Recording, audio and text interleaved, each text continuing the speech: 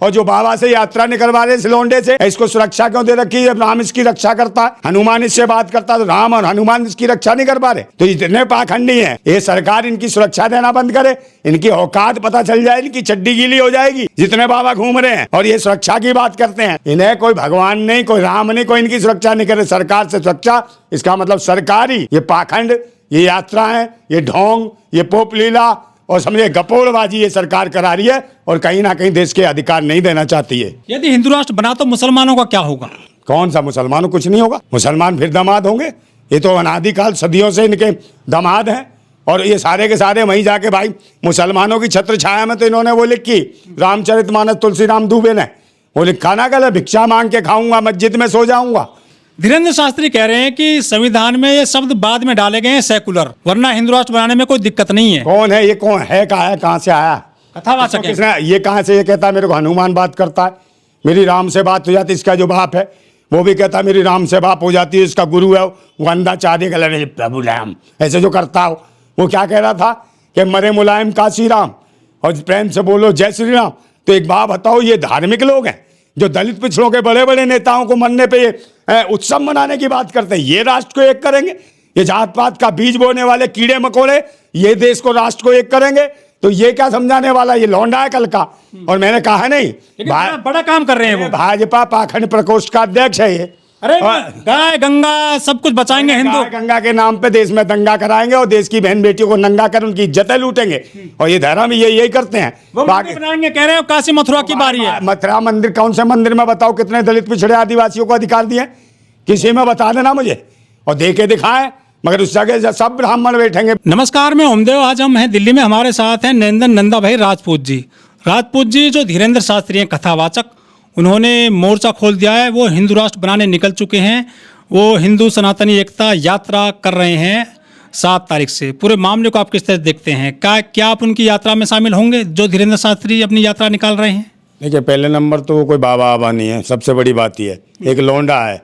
और सही बात बताऊं तो भाजपा पाखंड उसका मोर्चे का ये अध्यक्ष है, तो भाजपा के पाखंड मोर्चे का अध्यक्ष है, ये कार्यकर्ता है उसका, और यही चला रहा है। और जितने हिंदू राष्ट्र जो चिल्ला रहे हैं, नए नए लौंडे हैं जो बाबा बने हुए हैं। और इनके देख लो ना कैसे सजते संवरते हैं।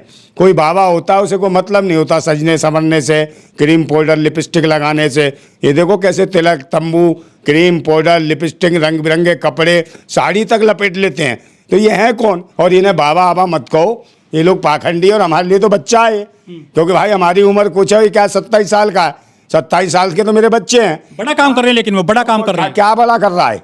ये बड़ा कर रहा है। एक बात तो जो मैंने अभी कहा ना कि जितने भी लड़के हैं या जितने भी जो बाबा बना रखे हैं, सबके सब हिंदू राष्ट्र नहीं ब्राह्मण राष्ट्र बनाना चाहते हैं। और ये सारे के सारे ब्राह्मण हैं। तो भारत के मूल निवासियों के जो अधिकार हैं, भारत के जो मूल निवासी हैं, दलित पिछड़े आदिवासी, उनके हक और अधिकारों को छीनना चाहते हैं। हिंदू राष्ट्र की आड़ में ये ब्राह्मण राष्ट्र स्थापित करना चाहते हैं और मनुस्मृति लागू करना चाहते हैं। यदि पूरी दुनिया में मुस्लिम कंट्री हैं, ईसाई कंट्री हैं, बौद्धिस्ट कंट्री हैं, तो हिंदू राष्ट्र हो जाएगा भारत, तो आपको दिक्कत क्या है? क्यों आप रोड़ा अटकाते हो उनकी यात्रा में? तो पहले नंबर हिंदू राष्ट्र आप ही बता दो क्या है, हिंदू है क्या, ये बताओ ना।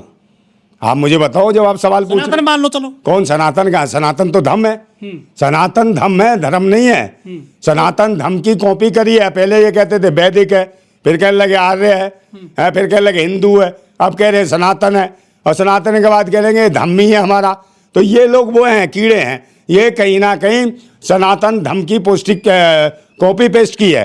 और आप देखोगे तो ये जितने भी जो राम है, कृष्ण है या दशरथ है, ये सब जो है ना बुद्ध की जो जातक कथाएं हैं, उनमें इनका कहीं ना कहीं वर्णन है। और इनके वेदों में कहीं भी ना कृष्ण का, ना दशरथ का, ना राम का कहीं उल्लेख नहीं है।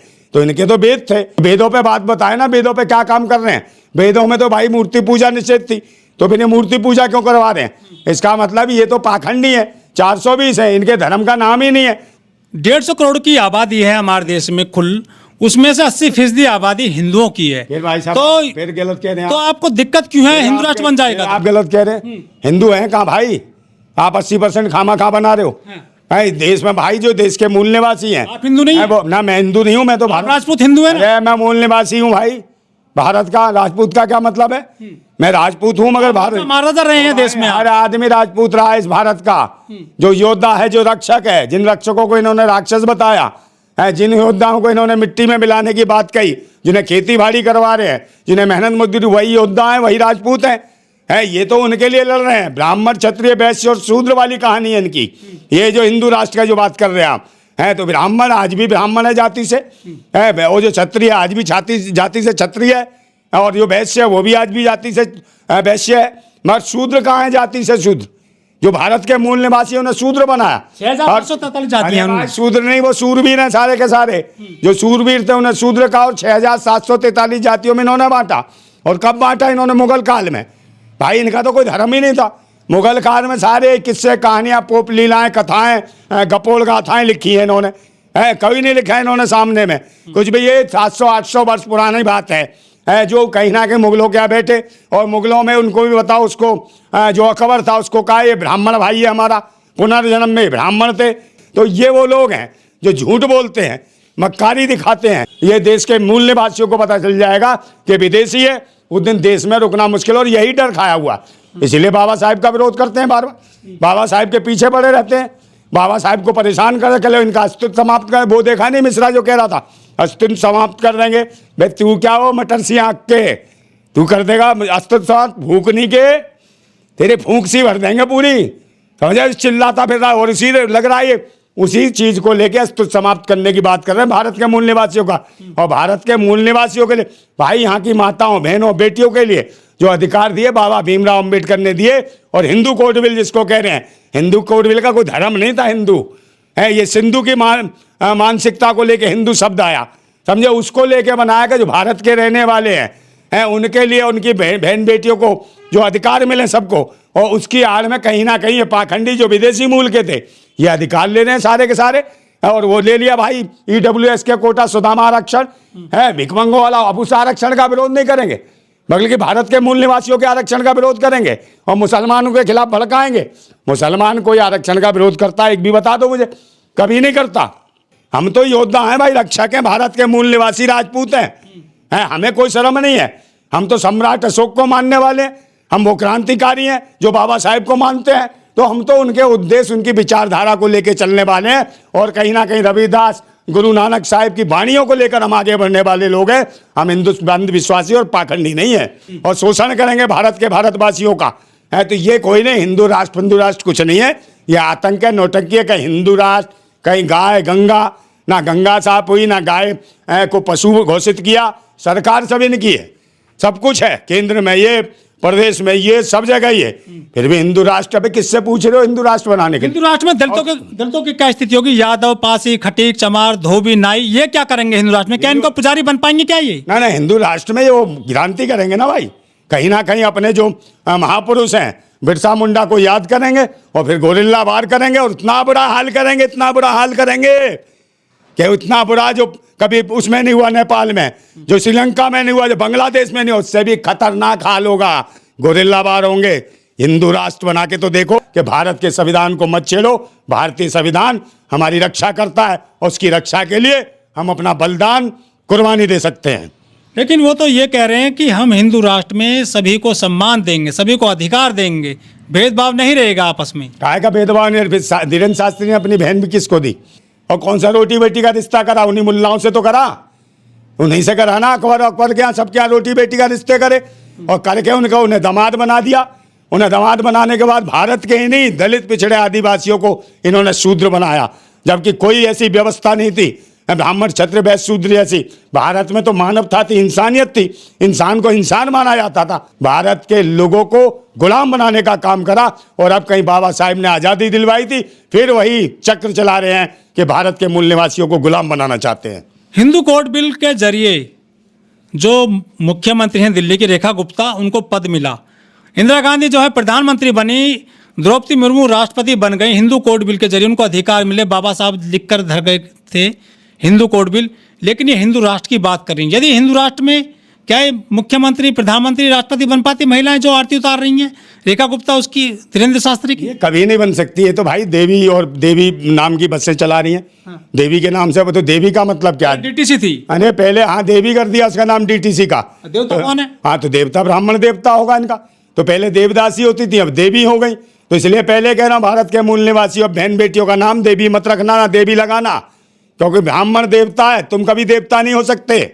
महिलाओं को कभी अधिकार नहीं दिए, महिलाओं को वस्तु और चीज समझा, उनका शोषण करा है, जहां मर्जी उनके साथ इज्जतें लूट ली, कुछ भी करा है, मगर इनको कह रहा भाई ब्राह्मण है, इन्हें कोई दोष नहीं है, ये तो मुक्त है, अपराध मुक्त है, चाहे कितना भी कत्ल करें, मर्डर करें, कुछ करें है, तो इनको तो सब दोष मुक्त है। तो ये इनका न्यायिक चरित्र नहीं है। और ये क्या देंगे हिंदू राष्ट्र में? हिंदू राष्ट्र में आपने क्या दिया?